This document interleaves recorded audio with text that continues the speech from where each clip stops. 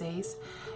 Hoje eu vim falar de um assunto bem chato aqui no canal, mas é uma coisa que vai acontecer durante a nossa vida, não só para a área de educação física, para qualquer área que a gente for. Recentemente aconteceu uma coisa que me deixou muito triste no meu trabalho. No estúdio que eu trabalho, é um estúdio só para mulheres e trabalham 3 professoras. Eu e mais 2 professoras. Até tem uma outra professora, mas ela não vai sempre, é bem de vez em quando.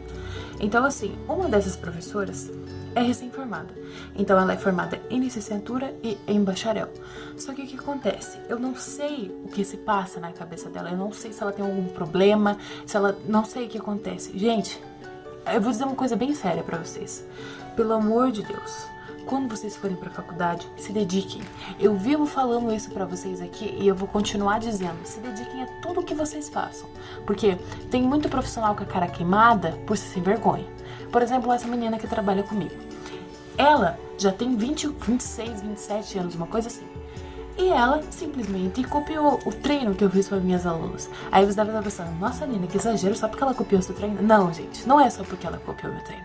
É porque final de semana, quando eu tô descansando, eu tiro o meu tempo livre e vou fazer o treino das minhas alunas. Eu me dedico a tudo o que eu faço, sabe? Eu chego aqui, eu podia simplesmente deixar o mesmo treino que meus alunos fazerem por meses. Mas eu não vou deixar isso acontecer. Não vou, porque eu sei que é uma coisa chata, eu sei que cansa, eu sei que é maçante, sei que ir pra academia não é uma coisa fácil, por muitas vezes não é uma coisa legal.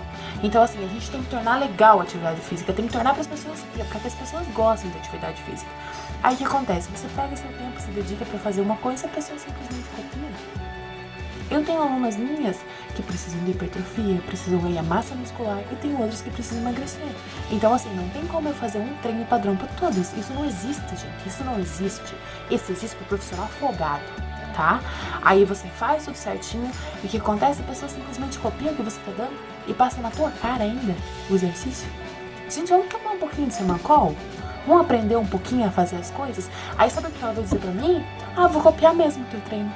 Vai copiar mesmo meu treino, querida? Ó, parabéns pra você, tá?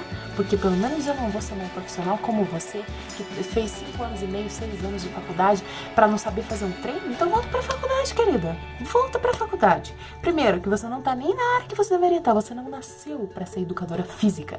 Você não tem perfil de educadora física. Então, assim, gente, não sejam esse tipo de pessoa. Vão pra faculdade, estuda